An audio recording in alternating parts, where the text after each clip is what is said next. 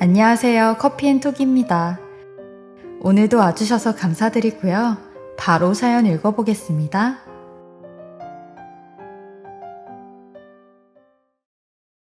안녕하세요. 저는 36살로 결혼 문턱까지 갔다 다시 돌아오게 된 여자입니다.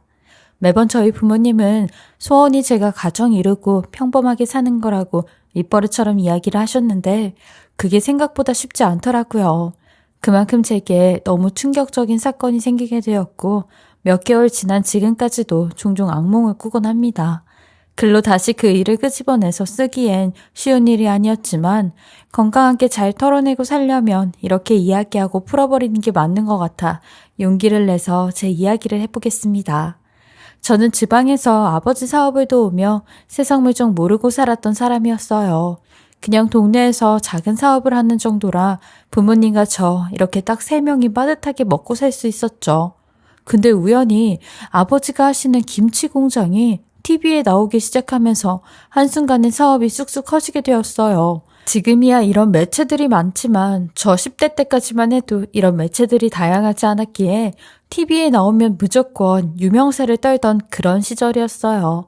사람들이 TV만 보니까 시청률도 높고 그랬거든요.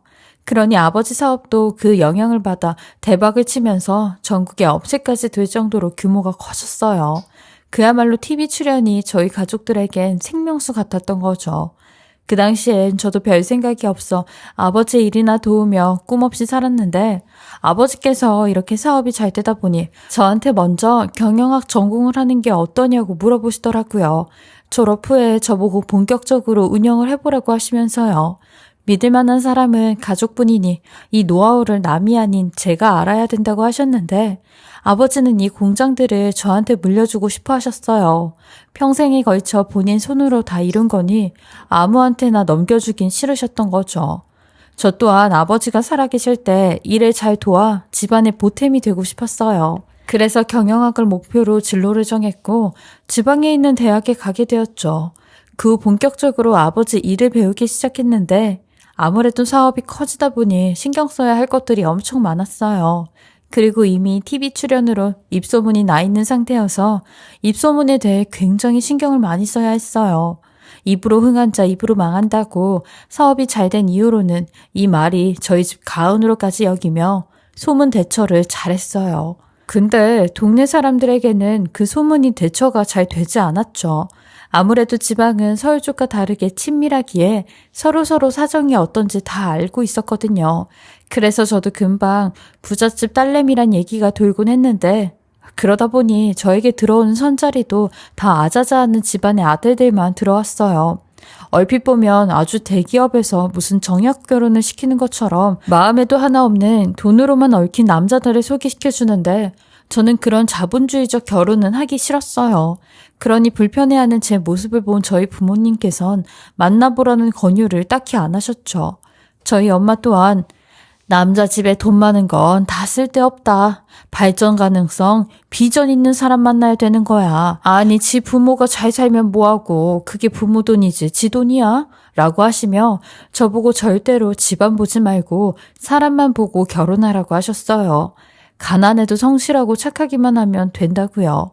물론 저희 아버지도 같은 생각이었어요. 근데 제가 한 가지 불편했었던 게 제가 사는 곳이 워낙 좁으니 남자친구를 사귀더라도 다 알게 되어 누굴 편히 마음 놓고 만날 수가 없더라고요. 늘 눈치가 보이다 보니 저도 연애에는 관심을 끊고 꽤 오랫동안 남자친구 없이 살았어요. 근데 이랬던 저도 30이 넘어가니 점점 시간이 초 단위로 흐르는 기분이었죠. 정말 20대가 엊그제 같았는데 벌써 나이를 이 정도로 먹었는지 잊고 있었어요.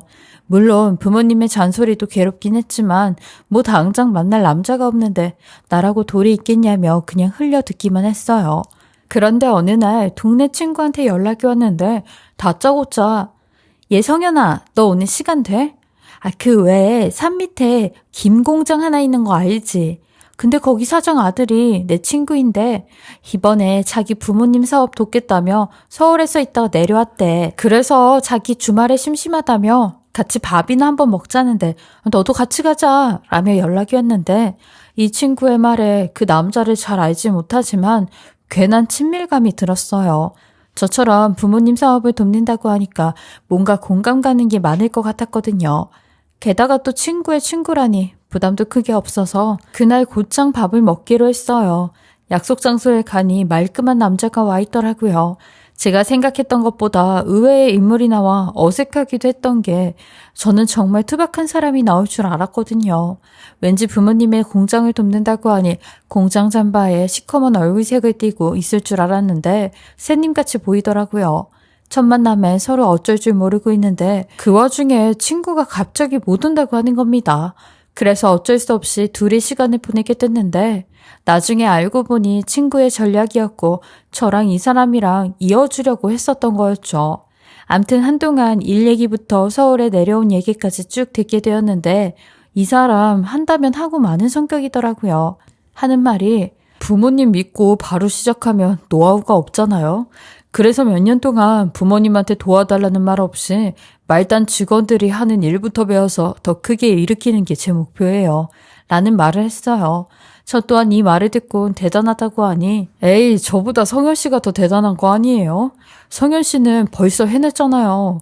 대단한 성현 씨랑 자주 만나면서 사업 비법 좀 들어야겠어요. 라고 하는데 이런 말을 전 처음 들어봤어요. 주변 사람들은 항상 여태 아버지 덕에 제 팔자도 폈다고 했거든요. 근데 이 사람은 절 인정해주고 대단하게 여겼고 이 사람의 태도에 푹 빠져버렸어요.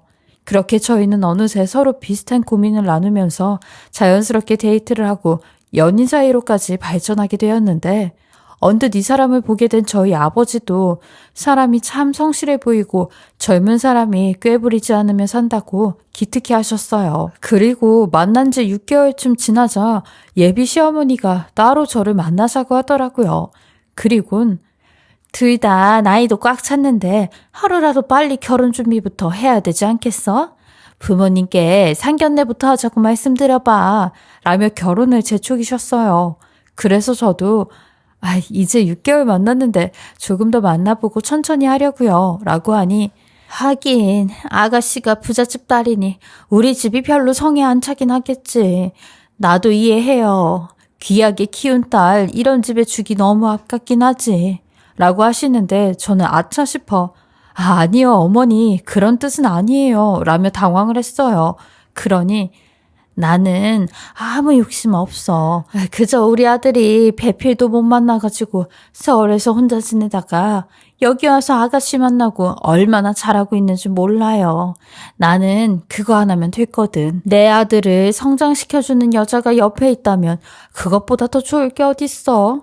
라고 하며 본인 아들 잘 될 거라고 한 번만 믿어달라고 하는데 아들이 여태 좋은 인연은 못 만났다가 이제 지가 진짜로 좋아하는 여자가 생기니 얼른 가정을 꾸리고 싶은가 봐. 근데 형편이 넉넉하지 않은 우리 때문에 아가씨한테 결혼하잔 말도 못하는 것 같더라고. 라고 하셨죠. 저는 예비 시어머니의 의외의 말씀에 놀라긴 했어요. 예비 신랑은 저한테 한 번도 이런 소리를 한 적은 없었거든요. 그러니 그래서 내가 추책 부리고 아가씨한테 찾아온 거예요. 우리 아들이 아가씨를 많이 좋아하는데 아가씨네 집에 비하면 별 볼 일 없어서 기가 죽는다고. 이 이야기는 차마 아가씨한테도 못한다고 해서 내가 살짝 말해주는 거예요. 대신 우리끼리만 아는 비밀로 해야 돼요. 라고 하는데 늘 당당하고 삶에 자신이 있던 사람이 집안 문제로 주눅이 들어있다고 하니 안쓰러웠어요. 사실 저도 그렇게 대단한 사람이 아닌데 말이죠. 저는 예비 시어머니 말대로 프로포즈도 눈치가 보여 못하는 예비 신랑을 위해 제가 좀 더 적극적으로 나서서 끌고 가야 결혼이 될 것 같아 그 주에 예비 신랑을 만나 먼저 상견례 얘기를 꺼냈습니다. 우리 상견례라도 한번 할까? 어차피 동네 좁아서 만나는 것도 다 아실 텐데 빨리 인사하는 게 좋을 것 같아 라고 하니 예비 신랑은 반색을 하며 나야 자기하고 결혼할 생각이 있으니까 인사드리면 마음 편하고 좋지. 근데 자기 부모님께서 우리 집안에 마음에 들어 하실까 걱정돼. 요즘 공장 돌아가는 것도 시원찮거든.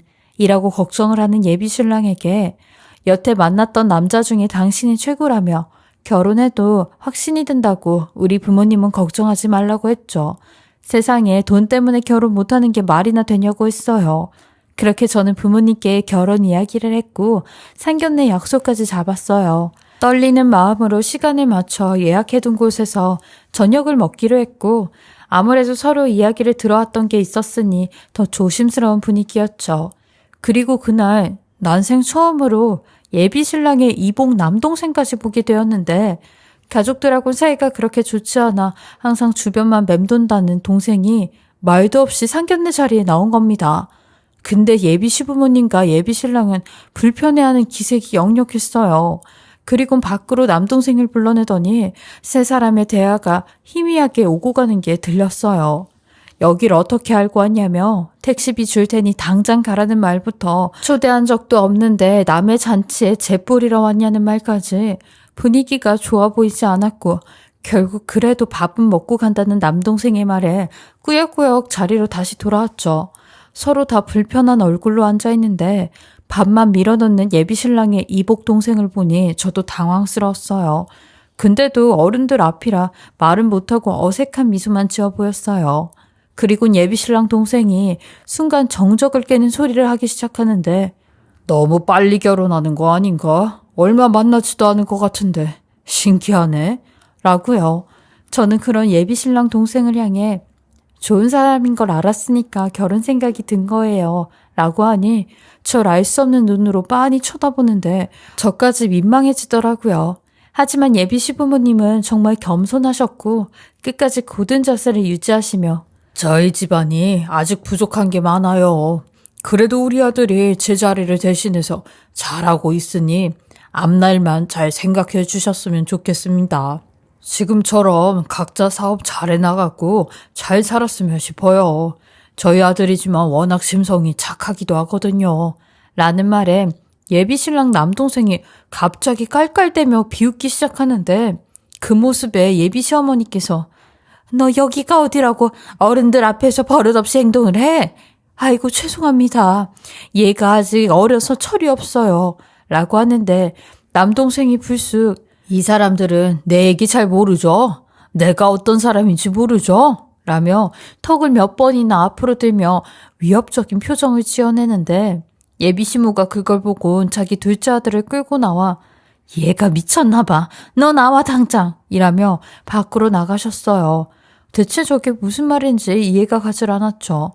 결국 저희는 어영부영한 상견례 자리가 마무리가 되었고 시부모님께선 한참 고개를 숙이며 죄송하다고 애가 너무 별나고 제멋대로라 어딜 데리고 다니기가 좀 그렇다는 말까지 했어요. 그리고 아무 말도 못하고 난처해하는 예비신랑 얼굴을 보니 예전에 본인 남동생은 어딜 가도 사고 뭉치라고 말했던 게 생각이 났어요. 그래서 여태까지 본인 남동생이랑은 단 한 번도 만나지 않았던 거구나 싶었죠. 제 눈으로 보니 그럴 만도 했겠다라는 게 이해가 됐어요. 그러니 서로 같은 데 살아도 떨어져 살면서 거리를 지켰던 모양입니다. 그렇게 상견례가 끝나고 바삐 결혼을 준비하고 있는데 어느 날 저 혼자 사는 오피스텔에 누군가 벨을 누르며 문까지 쿵쿵거리고 두드리는 겁니다. 아무래도 혼자 살다 보면 이런 경우가 제일 무서운데 모니터 화면을 보니 아니 글쎄 예비 신랑의 이복 동생이 온몸에 땀범벅이 돼 현관문 앞에 서 있는 겁니다. 그리곤 거기 안에 들어가 있는 거 보고 나도 따라온 거니까 문 좀 열어주세요. 라며 급박할 정도로 얘기를 하는데 저는 너무 무서워 예비 신랑을 부르게 되었고 얼마 뒤 예비 신랑이 저희 집 앞으로 와서 본인 동생을 포박하듯 데리고 가는데 나중에 전화가 와 미안하다는 말과 함께 저한테 그동안 꺼내지 못했던 비밀을 하나 이야기하겠다고 하는데 사실 본인 이복 동생이 약간 2% 정도 부족한 그런 상태라고 하더라고요. 어렸을 때 머리에 사고를 당하면서 이렇게 됐다고 하는데 원래는 총명했던 놈인데 이렇게 한순간에 부족한 사람이 될 줄 몰랐다고 하면서요. 가뜩이나 저희 집이랑 비교되는 형편에 본인 동생까지 이런 사람이라 얘기를 하면 저희 집에서 더 반대를 할 것 같아 끝까지 숨기고 감추고 있었다는 겁니다. 그러면서 잘못했다고 눈물로 호소를 하는데 그 말을 듣는데 솔직히 예비 신랑이 잘못은 없다고 생각을 했어요. 얼마나 감추고 싶은 비밀이었으면 결혼을 앞두고 이런 말을 했을까 싶었네요. 그래서 저도 이런 예비신랑에게 비록 숨긴 건 잘못했지만 그래도 결혼은 그대로 진행해야 되지 않겠냐고 했어요. 대신에 이런 일이 또 생기지 않게 남동생에게 주의를 좀 주라고 부탁했죠. 그러니 예비신랑도 알겠다며 단단히 얘기해둔다고 하였고 그 후론 별다른 일이 생기지 않아 무사히 결혼 전날까지 오게 되었습니다. 하필이면 제가 결혼을 장마철인 여름에 하게 되었는데 그날도 어김없이 비가 억수같이 쏟아졌어요. 하늘에 구멍이라도 난 마냥 비는 내리고 내일 새벽부터 일어나 메이크업샵에 갈 생각에 잠도 안 오고 싱숭생숭한 마음으로 침대에 누워있는데 그 순간 현관 벨이 막 울리기 시작했고 문까지 쿵쿵대는 소리가 들리기 시작하는데 저는 그날의 악몽이 다시 떠오르면서 인터폰을 봤어요. 근데 제 예감이 틀리지 않았던 게 문 밖에서 서 있는 사람은 다름 아닌 예비신랑의 이복동생이었습니다. 이번엔 저번보다 더 안 좋은 상태로 온몸에 비까지 쫄딱 맞고 눈에는 시퍼레진 모습으로 서 있는데 더 끔찍하더라고요. 그리곤 안에서 나 보는 거 알고 있으니까 제발 문 좀 열어봐요. 할 말이 있다니까요. 라며 다급하게 절 찾아댔어요. 그래서 저는 인터폰에 대고 진영씨 정말 왜 그러세요? 진영씨가 자꾸 이러면 저 이번엔 경찰에 신고할 수밖에 없어요. 라고 하니 막 떠는 손으로 인터폰 화면에 무슨 장비 같은 걸 들이대더니 경찰은 안 돼요. 나 큰일 나요. 대신 이거 들으면 다 알 거예요. 이거 들어보고 나랑 얘기 좀 해요. 라며 들고 있던 걸 틀기 시작하는데 자세히 보니까 녹음기였고 그 녹음기 속에선 익숙한 목소리가 들리기 시작했어요. 바로 예비신랑과 예비시부모의 대화 내용이었죠. 예비신랑이 나는 결혼하면 바로 그 엑스랑 혼인신고부터 할 거야.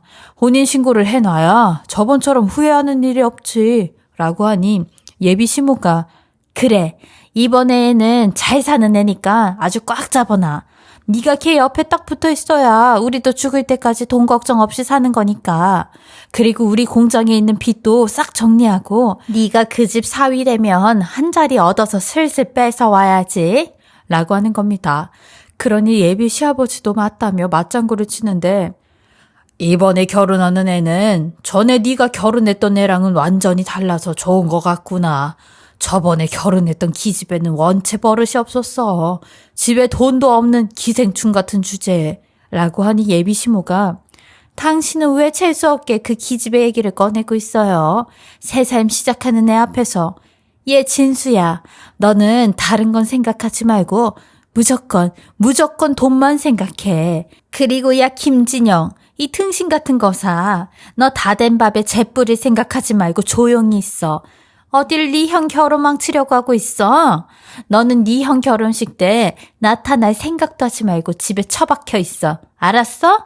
저번처럼 또 상견례장에 불쑥 나타나서 뻘짓하지 말고. 암튼 이건 가끔씩 등신 같은 짓 하다가도 얌체처럼 우리 집을 망치려 든다니까. 누가 남의 새끼 아니랄까 이러고 앉아있네.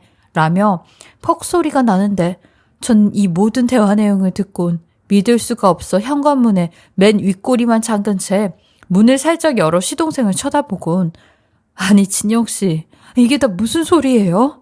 우리 집 재산을 노린다는 말은 뭐고 진수씨가 전에 결혼까지 했었다는 그 말은 대체 뭐냐고요? 라며 눈을 동그랗게 뜨고 물었어요. 그러니 시동생은 제게 믿기 힘든 말을 하나 둘씩 꺼내기 시작하는데 시동생 입으로 듣게 된 그들의 실체를 알곤 말이 안 나와 입을 다물 수가 없었어요. 알고 보니 시동생은 예비신랑의 이복동생이 아닌 시부모를 통해 입양하라는 겁니다. 그러니 아예 그 사람들과는 피 한 방울도 섞이지 않은 사이라는데 시동생 말로는 본인이 17살에 기관을 통해 입양이 돼 평생을 그들의 공장에서 일만 하고 가혹한 대우를 받아왔다고 했어요. 왜냐면 본인이 남들과는 조금 다르고 부족했기에 그런 대우를 받았었다는데 시동생은 누가 보면 멀쩡해 보이긴 하지만 약간 말과 행동이 어눌한 정상인하고는 미세하게 조금 다른 그런 사람이긴 했어요. 근데 평상시 생활과 생각은 있는 사람이었죠. 시동생 말로는 본인 부모님이 자기를 입양한 것도 보조금과 사회복지 서비스 등의 지원금을 받으려고 저지른 일이라고 하는데 자기는 이날 이때까지 부당한 대우를 받았고 하물며 오늘도 눈이 시퍼렇게 된 게 예비 신모의 짓이라고 했어요. 그리고 제 예비 신랑이 전에 결혼을 했던 그 여자도 시동생이 그 집에서 도망치게 해주었다는데 자기 말을 못 믿을 수도 있으니 예전 형수님이랑 전화통화도 시켜줄 수 있다고 하는데 저는 현관문을 사이에 두고 너무 많은 진실을 듣고 심지어 증거를 사진과 동영상으로까지 보게 되었습니다. 그리고 맨 위에 잠근 자물고리를 열어 진영 씨한테 들어오라고 말을 했고 저희 부모님을 호출했어요.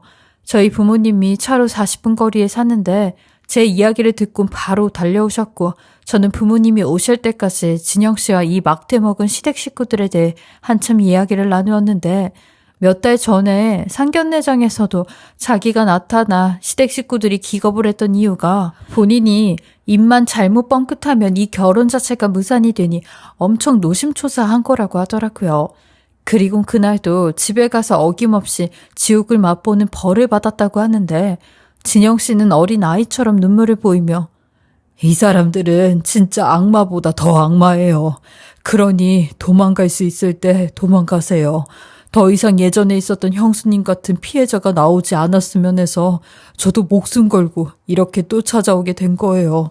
저는 다른 사람들보다 조금 모자라서 이렇게 몸으로 먼저 들이대는 것밖에 못하는 사람이거든요. 그러니 놀라셨을 법도 아시죠? 죄송합니다. 라고 하며 예비 신랑놈과 예전에 결혼 생활했던 그 여자와도 통화를 해보았는데 그 여자가 하는 말도 다 사실이라는 걸 저희 부모님과 함께 듣게 되었어요. 그 여자는 내가 그쪽의 얼굴도 이름도 모르지만 그거 하나만 알고 계세요. 지금 진영 씨가 하는 말 다 사실이고 저를 살렸다는 것도 사실이에요. 그 인간들하고 엮이는 순간 이혼이 문제가 아니라 인생까지도 망가지게 돼요. 라는데 이 모든 게 절 사랑해서 하는 결혼이 아닌 저희 집에 돈을 보고 하는 사기 결혼이라는 걸 알게 된 거죠. 그러니 계속 결혼하자마자 혼인신고부터 바로 하자고 했던 거였고요. 저희 아버지 또한 이 소리를 듣곤 화가 머리 꼭대기까지 났고 내일 하는 결혼식 당장 취소하라고 노발대발 하셨어요. 그리고 하객들한테도 지금 당장 연락을 해 내일 결혼식이 취소되었다고 말하라고 하더라고요. 그리고 진영 씨의 손을 붙잡으며 정말 고맙다고 우리 집 인생을 사돈 총각이 살려준 거라고 너무 고맙다며 몇 번씩이나 인사를 하셨어요. 그리고 몇 분 뒤 제 연락을 받게 된 예비 신랑놈. 아니, 그 인간 말종과 그의 부모한테 연락이 왔는데 누구 마음대로 결혼 취소를 하냐며 이게 다 무슨 소리냐고 난리를 치는데 지금 우리 집에 진영 씨, 당신 동생 와 있다고 했어요. 그리고 당신 동생이랑 당신이 예전에 결혼했었던 그 여자로부터 당신 그 더러운 과거 다 듣게 되었으니까 발뺌할 생각도 하지 말라고 하는데 예비 신랑놈은 그거 다 거짓말이라며 그놈이 얼마나 야가 빠진 놈인 줄 아냐고 다 거짓이라고 믿지 말라고 하는 겁니다. 그리고 몇십 분 뒤에 그놈이랑 그놈 부모까지 찾아와 진영 씨를 붙잡으며 네 놈이 우리 집안을 망치려고 환장을 했다고 당장 나오라며 멱살을 잡아챘는데 저희 아버지가 그런 예비 시부모의 손을 내치며 이제부터 진영 씨는 우리가 보호하고 우리가 변호사 선임해서 재판상 파양을 신청할 테니 그리 알아요. 당신네들 여태까지 했던 그 모진 짓들 이제 벌 받을 차례야. 아니 정말 하늘이 무섭고 땅이 무섭지도 않아? 라며 집이 떠나갈 듯이 호통을 치셨어요.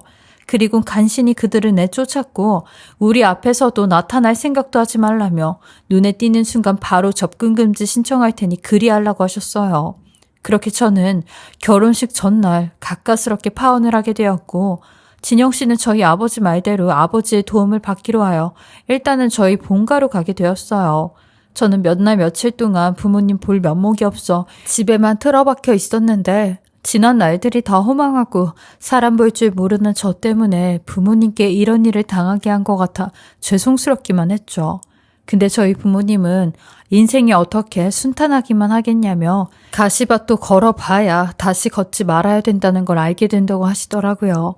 그렇게 진영 씨는 저희 아버지 공장과 계약을 맺은 법무법인을 통해 파양 재판을 신청하게 되었고 그 소가 법원에서 받아들여져 양부모가 양자의 복리를 현저히 해친 경우로 인정이 되어 진영 씨는 드디어 10여 년이 넘는 세월 끝에 자유의 몸이 되었어요. 파양을 인정한다는 판사님의 말에 진영 씨는 오열을 하며 몸을 파르르 떠는데 그 모습에 저 또한 마음이 애잔하고 안쓰러웠습니다. 그리고 얼마 안 가 예비 신랑놈과 그 부모가 했던 김공장은 완전히 망하게 되었고 그날 절 살려준 진영 씨는 바로 저희 공장에서 사원으로 일을 하게 되었어요. 혼자 힘으로 열심히 사는 친구라 곁에서 많이 도와주며 신경을 써주고 있죠. 저도 그런 아픔을 이겨내며 지금은 일에 더 집중을 하고 있는 중인데요. 좋은 사람이 생기면 또 모르겠지만 지금은 사업에 신경을 써 수출까지 계획을 하고 있는 중입니다. 저를 비롯해 다른 사람들에게 크나큰 상처를 안겨준 그 인간들이 저를 올려다볼 수 없을 정도로 잘 돼서 보란듯이 보여주려고 합니다. 저처럼 결혼을 앞두고 있는 분들이 많으시겠지만 부디 잘 알아보시고 이런 일을 당하지 않고 행복한 미래를 만드셨으면 하는 마음으로 제 이야기를 해보았습니다. 제 긴 글 들어주시고 읽어주셔서 감사하고요. 며칠 남지 않은 2020년도 별일 없이 보내시고 다가올 21년도엔 더욱 행복한 일들만 가득하시길 바라겠습니다. 지금까지 커피앤톡이었습니다. 오늘도 끝까지 함께 해주셔서 감사하고요. 저는 다음 영상으로 또 찾아뵙겠습니다.